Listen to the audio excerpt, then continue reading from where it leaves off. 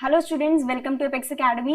आज की क्लास में हम मॉक टेस्ट नंबर 10 के सॉल्यूशंस डिस्कस करने वाले हैं। तो होप सो आप इसे अटेम्प्ट कर चुके होंगे और वन बाय वन हम इसकी एक्सप्लेनेशन देखेंगे कि किस तरीके से आपके क्वेश्चंस सिंप्लीफाई हो सकते हैं। जैसे सबसे पहला क्वेश्चन है, लॉगरिदम जो है वो किसने इन्वेंट किया था? तो ये किया था जॉन नेपियर ने। Next, Pythagoras had discovered the proof of the theorem of। अब किस पर्टिकुलर चीज से लेकर वो थ्योरम बनाई गई थी? तो वो बनाई गई थी आपके राइट एंगल ट्राइंगल से। राइट एंगल ट्राइंगल में क्या कहा जाता है? जो भी आपके हाइपोटेन्यूज का स्क्वायर है, यानी कि अगर ये आपका राइट एंगल ट्राइंगल है तो ये हाइपोटेन्यूज, ये परपेंडिकुलर, ये बेस। तो जो हाइपोटेन्यूज का स्क्वायर है वो परपेंडिकुलर का स्क्वायर प्लस बेस का स्क्वायर इसके इक्वल होता है। ठीक है, तो यहाँ पर आपका राइट एंगल ट्राइंगल बिल्कुल करेक्ट आंसर है। Next question, the famous book of Euclid is. तो यूक्लिड की सबसे फेमस बुक कौन सी है? एलिमेंट टीचिंग ऑफ मैथमेटिक्स या फिर लीलावती या नन ऑफ दीज? तो इसमें एलिमेंट्स बिल्कुल करेक्ट आंसर है।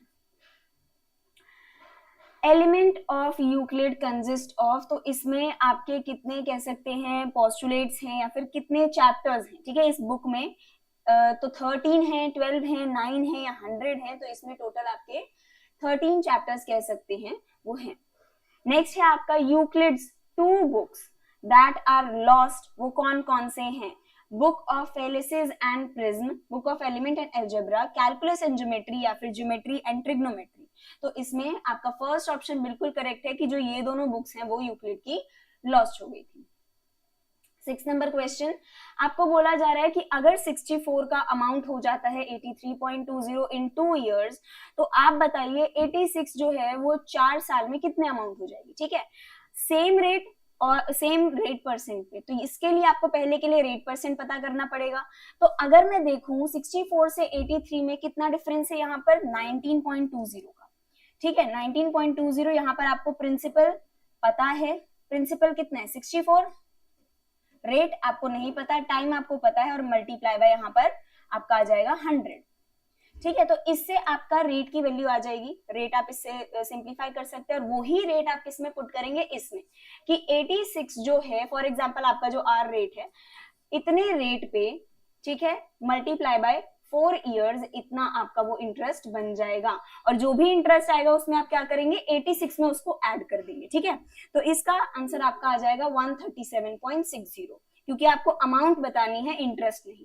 ठीक है, नेक्स्ट, इफेक्टिव एनुअल रेट। अब कभी भी आप इफेक्टिव एनुअल रेट कैसे निकाल सकते हैं? अब देखो यहाँ पर इफेक्टिव एनुअल रेट आपको किसका पूछा गया है? 6% का per annum payable half yearly.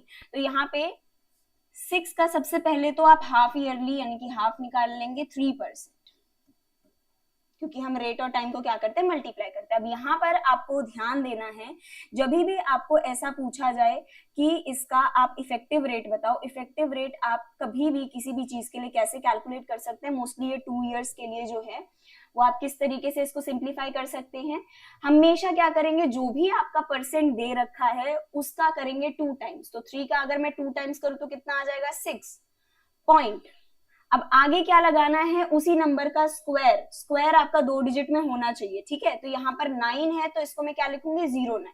तो 6.09% क्या हो जाएगा इसका इफेक्टिव रेट, जो कि आपका डी ऑप्शन है।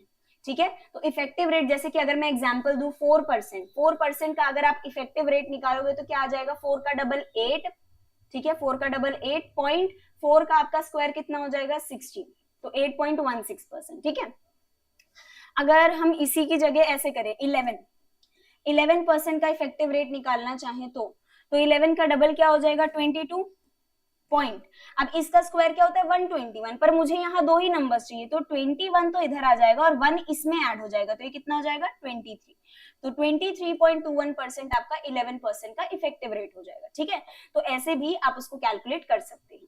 नेक्स्ट क्वेश्चन है, if the simple interest of for 6 years be equal to 30% of principal।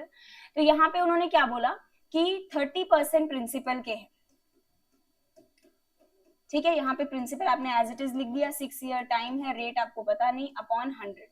पूछा क्या जा रहा है? It will be equal to principal after how many years. ठीक है, तो यहां से आपको क्या पता लग जाएगा? रेट। रेट कितना आ गया आपके पास? 5%। अब मुझे क्या चाहिए कि जो प्रिंसिपल है, जो मेरा सिंपल इंटरेस्ट है वो प्रिंसिपल के इक्वल हो जाए, यानी कि पी हो जाए, पी इंटू रेट कितना है आपके पास 5% का, और टाइम आपको फाइंड आउट करना है। तो यहाँ पर ये कैंसिल हो गया। ऑलमोस्ट 20 ईयर्स बाद आपका जो कह सकते हैं प्रिंसिपल, जो सिंपल इंटरेस्ट है वो प्रिंसिपल के इक्वल हो जाएगा। Okay, next question. Okay, length of longest rod आपको बताना है that fits in a cubical vessel. तो क्यूबिकल वेसल आपका कुछ इस तरीके का होगा। हमने क्यूबॉइड का भी पढ़ा है कि क्यूबॉइड का किस तरीके से आप सिंप्लीफाई कर सकते हैं। तो अगर इस वर्टेक्स से लेकर मैं इस वर्टेक्स तक कोई भी रॉड को ड्रॉ करना चाहूं तो वो सबसे लॉन्गेस्ट रॉड होगी। तो इसके लिए मुझे चाहिए राइट एंगल ट्राइंगल। ये इसकी हाइट हो गई और ये इसका हो गया बेस। ठीक है, तो यहां पर आपका बेस कितना आ जाएगा 10 10, यानी कि 200 का रूट। ठीक है, और ये आपका कितना है 10 सेंटीमीटर। ये आपको फाइंड आउट करना है, तो क्या हो जाएगा 100 प्लस 200 स्क्वायर कर देंगे इज इक्वल्स टू आपका हाइपोटेनस का स्क्वायर। तो इसका स्क्वायर फाइंड करना है, सॉरी हाइपोटेनस की वैल्यू फाइंड आउट करनी है, तो कितना आ जाएगा आपके पास √300, जिसको मैं क्या लिख सकती हूँ 10√3 centimetres. Okay, number of small cubes आपको बताने हैं। एज कितनी है 10 centimetre. Be accommodated in a cubical box, कितना है उसका 1 मीटर। 1 मीटर मतलब कि आपको सेंटीमीटर्स में या तो कन्वर्ट कर लो या तो इसको आप मीटर्स में कन्वर्ट कर लो। ठीक है, तो यहाँ पे आपको क्यूब में ही क्यूब को फिल करना है। तो वॉल्यूम ऑफ आप कह सकते हैं बिगर cube divide by volume of smaller cubes. तो यहाँ पे आपका आ जाएगा 100 इंटू 100 इंटू 100, क्योंकि ए क्यूब फॉर्मूला होता है, डिवाइड बाय यहाँ पे आपका है 10 इंटू 10 इंटू 10। ठीक है, तो कैंसिल हो गया, आपके पास 1000 क्यूब्स आप क्या कर सकते हैं इसमें फिल कर सकते हैं। ओके, नेक्स्ट क्वेश्चन है वॉल्यूम ऑफ 2 क्यूब्स आपको दे रखा है 8:1 और उनके एजेस का रेशियो पूछ रहे, तो इसका क्यूब रूट फाइंड कर लो, यानी कि 2:1 इसका बिल्कुल करेक्ट आंसर है। नेक्स्ट है m और n। m और n की सिंपल आपको वैल्यूज ही पुट करनी है। ठीक है, यहाँ पे आपका कितना आ जाएगा 4 3 12 एंड 10, यहाँ पर आ जाएगा आपका 22 रेशियो सेम वही 12 माइनस 10 यानी कि 2, तो 11:1 आपका बिल्कुल करेक्ट आंसर। ओके, यहाँ पर अब देखो आपको जो दे रखा है, आपसे पूछा जा रहा है a/b रेशियो b/c। अब सिंपल आपको वैल्यूज ही पुट करनी है। क्या करना है, a की वैल्यू क्या दे रखी है 2/3 रेशियो 3/4 रेशियो 4/2। इसी को आप क्या कर लेंगे, इसमें आप एलसीएम करके, जैसे कि अगर मैं इसका एलसीएम लूं तो कितना आ जाएगा आपका एलसीएम यहाँ पर 12। ओके, तो 12 अगर मैं देखूं कि इसका एलसीएम है तो 12 आपके 3 के टेबल में 4 टाइम्स आता है, तो 8 रेशियो यहाँ पर आपका 9 रेशियो इधर पे 24। ठीक है, तो 8 9 24 आपका बिल्कुल करेक्ट आंसर है ऑप्शन सी।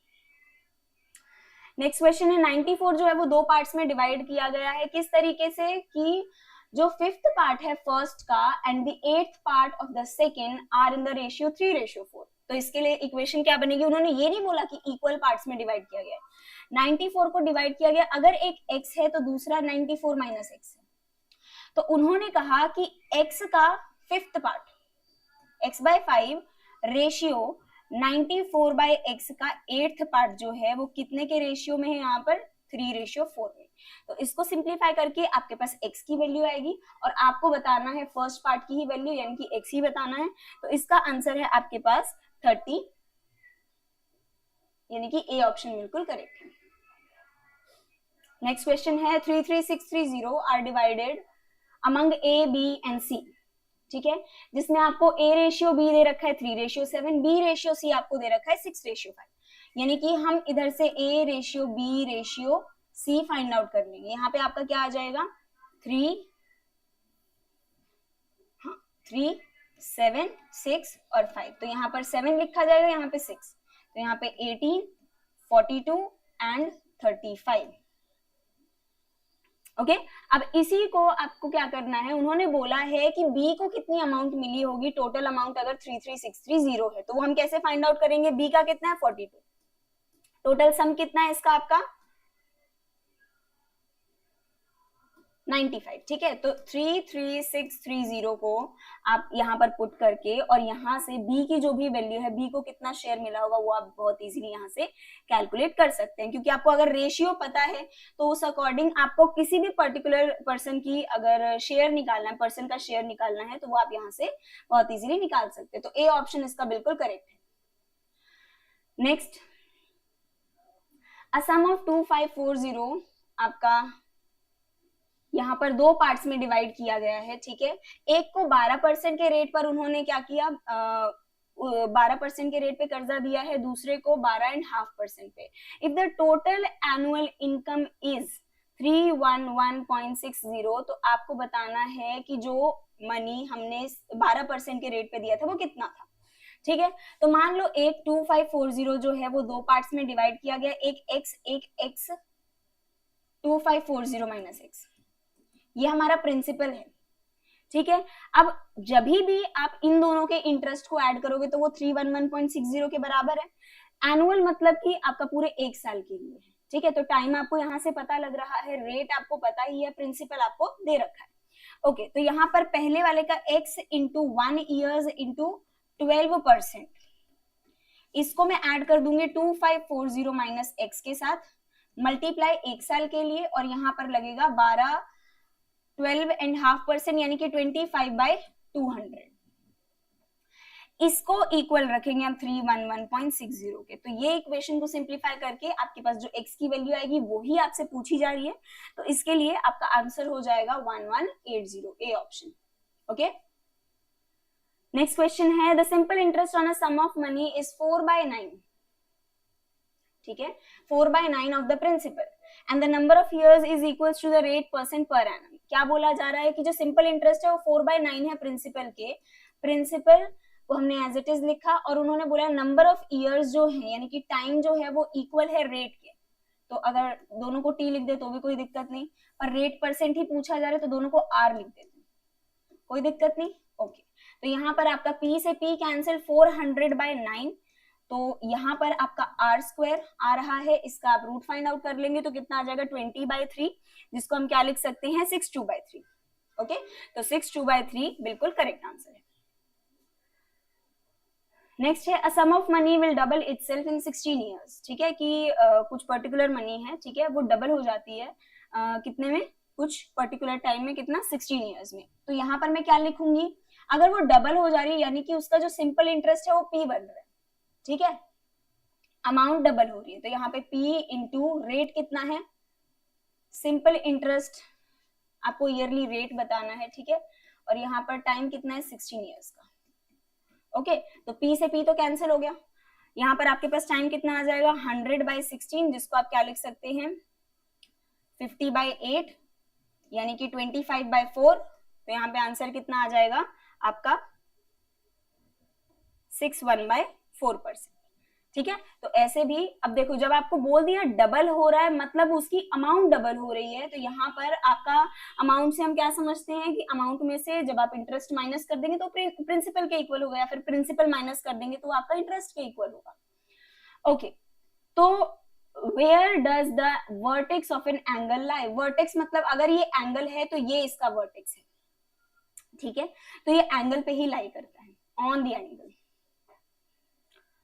रिफ्लेक्स एंगल से हम क्या समझते हैं, देखो आपके पास अलग अलग एंगल होते हैं, acute angle, right angle, obtuse angle, straight angle, reflex angle और complete angle.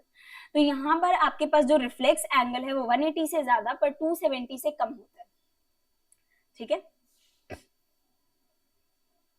If there are 18 spokes, 18 spokes हैं एक बाइसिकल में, ठीक है, कि मतलब एक बाइसिकल की व्हील है उसमें 18 स्पोक्स आपके ऐसे बने हुए हैं। तो यहाँ पे आपको बताना है कि दो स्पोक्स के बीच में कितने डिग्री का एंगल है, तो बहुत सिंपल है, 360 डिग्री आपका पूरा एंगल होता है, 360 डिग्री को आप डिवाइड कर देंगे 18 से, तो यानी कि दो स्पोक्स के बीच में 20 डिग्री का एंगल है, सिंपल। तो यहाँ पे आपका सी ऑप्शन बिल्कुल करेक्ट है।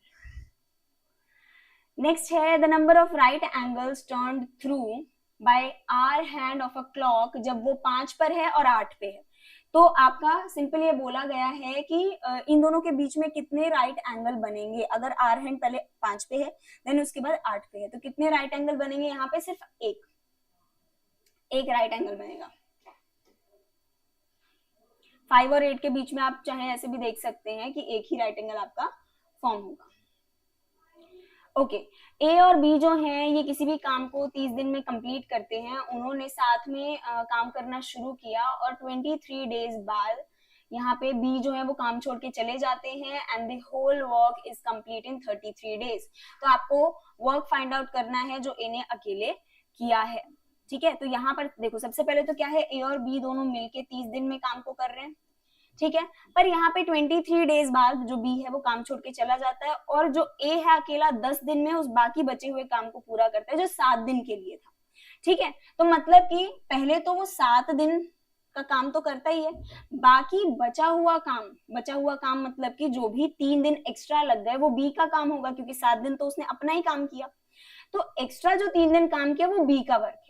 तो ऐसे कह सकते हैं कि 7:3 इसकी एफिशिएंसी होगी दोनों की, 7 और 3 इनकी एफिशिएंसी होगी। ओके, तो यहाँ पर आपको सिंपली जो 10 दिन एक्स्ट्रा बोला गया है उसके अकॉर्डिंग हम यहाँ पे सिंप्लीफाई करेंगे तो 42 6/7 बोला क्या जा रहा है, अलोन कितने दिन में काम को पूरा करेगा। ठीक है, पूरा वर्क कितना है यहाँ पर आप 1/30 लिख सकते हैं, पूरे वर्क को ये 1/30 डेज में कंप्लीट करेंगे। इसकी एफिशिएंसी आपको दे रखी है तो हम क्या करेंगे, वर्क डिवाइड बाय एफिशिएंसी, वो ही आपका क्या आ जाएगा यहाँ पर, पर्टिकुलर कितने दिन में ए ने अकेले काम किया। ओके, तो यहाँ पर 42 6/7 बिल्कुल करेक्ट आंसर है।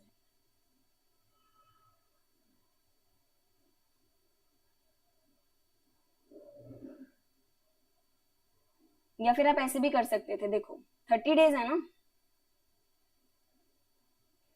तो अगर 30 डेज में काम को कर रहे हैं और उसकी एफिशिएंसी कितनी है, ए की 7 और 10 दिन उसने और काम किया, तो यहाँ पे 300/7 उसने पूरा का पूरा काम किया, 300/7 किया, 30 पूरे वो कर रहे थे काम, एफिशिएंसी किससे डिवाइड कर दी, ए की अकेले से। ठीक है, तो 7 आपने डिवाइड कर दिया, मल्टीप्लाई 10 की इतने उसको और एक्स्ट्रा डेज लग रहे हैं। ओके, तो 10 दिन में और वो कितना काम उसने किया होगा, 300/7 आपका आ गया टोटल। तो यहाँ पे आपका इसको सिंप्लीफाई करके आपका 42 6/7 बिल्कुल करेक्ट आंसर है। नेक्स्ट क्वेश्चन है, A and B complete a work in 12 days, A alone work for 8 days, ठीक है, and B complete the remaining work in 20 days by doing alone. ठीक है, तो यहाँ पे सिंपली क्या कहा गया है कि 12 दिन वो दोनों मिलके काम करते हैं, ए ने अकेले 8 दिन काम किया और बाकी बचा हुआ काम बी ने 20 डेज में किया। तो इसको आपको बताना है कि बी ने अकेले कितने दिन में उस काम को कंप्लीट किया।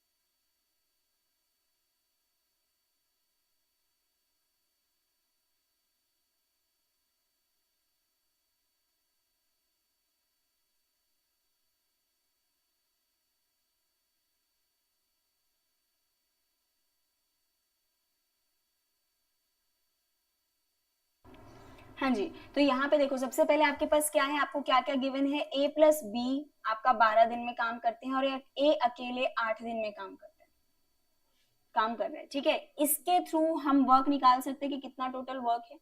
तो अब यहाँ पर आपका क्या आ जाएगा, 24 आ जाएगा इसका टोटल वर्क। तो इसके अकॉर्डिंग इनकी एफिशिएंसी कितनी आपके पास आ गई, इनकी 3 है और इनकी 2 है। ओके, अब यहाँ पे अब सबसे पहले तो आपके पास जो गिवन है कि ए की एफिशिएंसी तो आपके पास 3 है और बाकी 24 जो वर्क है, हाँ ओके, तो यहाँ पर आपके पास जो एफिशिएंसी आएगी कि A can do the work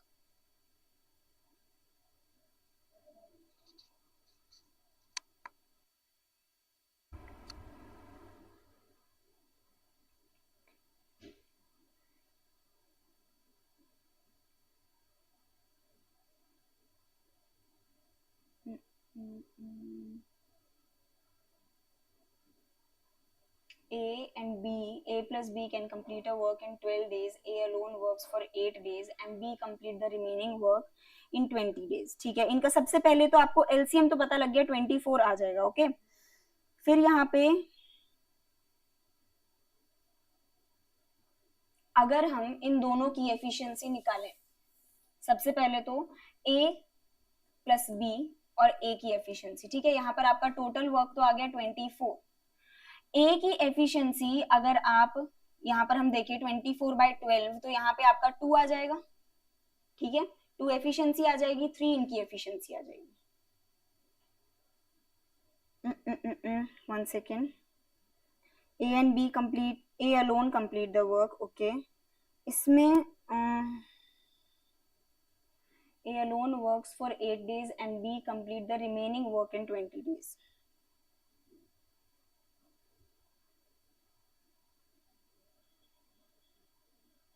हाँ जी,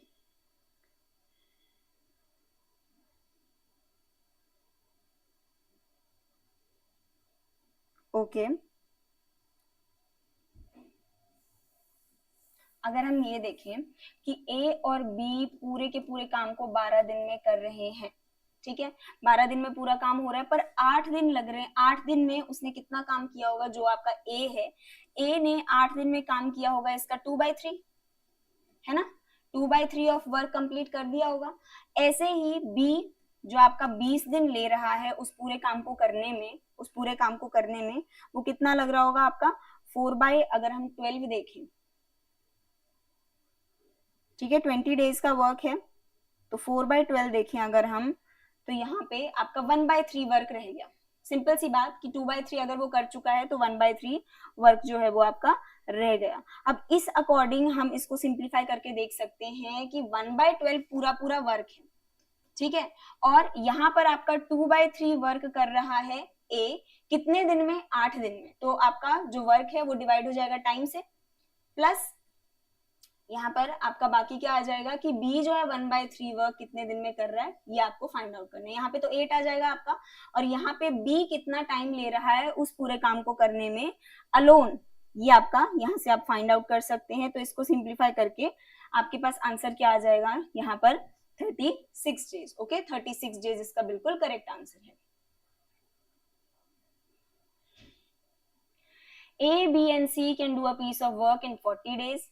और 16 डेज बाद क्या होता है? यहाँ पर A जो है काम छोड़ के चले जाते हैं, working with B and C.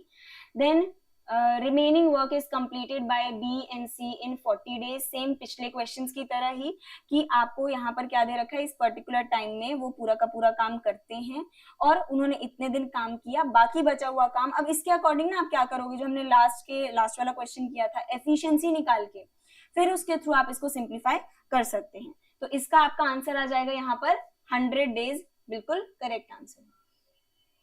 Okay, 100 days यहाँ पे आपका बिल्कुल करेक्ट आंसर है. नेक्स्ट है annual rate of growth of population. आपको दे रखा है किसी टाउन का 5% की एक साल में 5% क्या होता है? इंक्रीज होता जाता है. पॉपुलेशन है प्रेजेंट 8000, तो 2 साल बाद पॉपुलेशन क्या हो जाएगी? तो 8000 में ही 8000 का ही आप क्या करो 105%, ये आपके पहले साल के लिए, 105% आपका ये सेकेंड ईयर के लिए. तो इस अकॉर्डिंग आप इसको सिंप्लीफाई करके आपको इसकी वैल्यू जो है वो मिल जाएगी 8820. ठीक है, सी ऑप्शन इसका बिल्कुल करेक्ट आंसर है.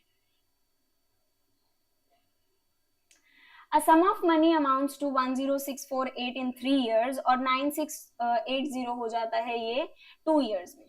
तो आपको रेट परसेंट बताना है. तो यहाँ पर देखो, सबसे पहले तो हम क्या करते हैं, दोनों इक्वेशन लिख के देख लेते हैं. उन्होंने बोला कि 9680 हो जाता है कोई भी पर्टिकुलर प्रिंसिपल, रेट कितना है नहीं पता हमें. ठीक है, इन यहाँ पर आपका आ गया 3 years, नहीं 2 years. ओके, और 10648 आपका हो जाता है यहाँ पे प्रिंसिपल नहीं पता, 1 plus rate by 100 in 3 years. अब इसका क्या फायदा है, आप क्या करो कि सेकेंड इक्वेशन को डिवाइड कर दो अब फर्स्ट इक्वेशन से, तो क्या हो जाएगा, P से P कैंसिल हो गया. ठीक है, आपका 1 प्लस R बाय 100 से ये 1 प्लस R बाय 100 दो कैंसिल हो गए, एक रह गया, जिसके थ्रू आप बहुत इजीली रेट परसेंट बता सकते हैं, ठीक है। तो यहाँ पर आपका जो रेट परसेंट आएगा वो कितना आएगा, 10%, ठीक है। क्योंकि आपको कंपाउंड इंटरेस्ट दे रखा है तो इसलिए कंपाउंड इंटरेस्ट का फॉर्मूला ही पुट करना है। स्टूडेंट्स को डाउट होता है कि मैम फर्स्ट वाले में हमें ऐसा कुछ नहीं बोला, पूरी स्टेटमेंट तो पढ़ो, ठीक है। ओके, नेक्स्ट क्वेश्चन है, एक आर्टिकल है जिसका मार्क प्राइस है 155 और उसको सेल किया गया 124 पे, तो डिस्काउंट परसेंट कितने का दिया गया होगा। तो यहाँ पे कितने का डिस्काउंट है, ऑलमोस्ट 155 में से आप 124 सिंप्लीफाई करेंगे तो 31 रुपीज का, ठीक है। अब 31 रुपीज जो है, 31 rupees is how many percent of 155, ऐसे भी कर सकते हैं या फिर आप डायरेक्टली लिख सकते हैं 31% is how many percent of 155, ठीक है। तो यहां से आपका इसका आंसर क्या हो जाएगा, 20%, बिल्कुल करेक्ट आंसर है, ठीक है। ओके, नेक्स्ट क्वेश्चन है, the difference between a single discount of 35% and two successive discount of 20 and 20% is, आपको दे रखा है 22, तो अमाउंट ऑफ बिल कितना होगा। ओके, अब यहाँ पे क्या है, 35% और 20% का अगर मैं डिफरेंस देख रही हूँ तो वो 22 जा रहा है। ओके, तो यहाँ पे सबसे पहले तो आप क्या करो, 35% ऑफ एक्स, और मैंने आपको बताया था सक्सेसिव डिस्काउंट जो होगा वो हमेशा कम डिस्काउंट होता है, ठीक है। तो 20% का आपको 2 डिस्काउंट मिल रहा है, 20 + 20 माइनस 20 × 20 बाय 100, ठीक है। तो ये कैंसिल होके आपका कितना आ गया यहाँ पे 4, तो 40 में से 4 माइनस कर दिया 36%, तो कितना आ जाएगा 1% ऑफ एक्स, डिफरेंस कितने का है 1% का, 1% ऑफ एक्स आपका 22 के बराबर है, तो एक्स की वैल्यू क्या हो जाएगी 2200, यानी कि डी ऑप्शन बिल्कुल करेक्ट है। नेक्स्ट क्वेश्चन है, how much percent more than the cost price should a shopkeeper mark his goods so that after allowing a discount of 25% he gains 20%। तो यहाँ पे मान लो हमारा कॉस्ट प्राइस क्या है 100 है, ठीक है, और यहाँ पर बोला जा रहा है कि वो कितने का डिस्काउंट करे कि फिर भी उसको फायदा कितने का हो, 20% का फायदा हो, मतलब सेलिंग प्राइस तो 120 होना चाहिए, ठीक है। सेलिंग प्राइस यहाँ पर कितना होना चाहिए 120 होना चाहिए, तो कितने का डिस्काउंट देने पे आपका 25% का कह सकते हैं यहाँ पर फायदा होगा, अगर सेलिंग प्राइस के थ्रू हम निकालना चाहें तो।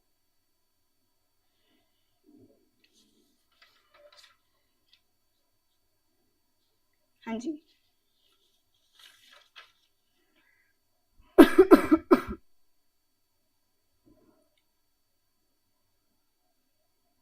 ओके, तो यहाँ पे सबसे पहले तो क्या कर सकते हैं, मान लो मार्क प्राइस आपको नहीं पता, ठीक है, मार्क प्राइस आपका एक्स है, तो एक्स का 25%, ठीक है, एक्स का 25% आपका डिस्काउंट कितने का बन रहा है 25, इसको मैं 1/4 एक्स लिख सकती हूँ, तो ये आपका बन रहा है x/4, ओके।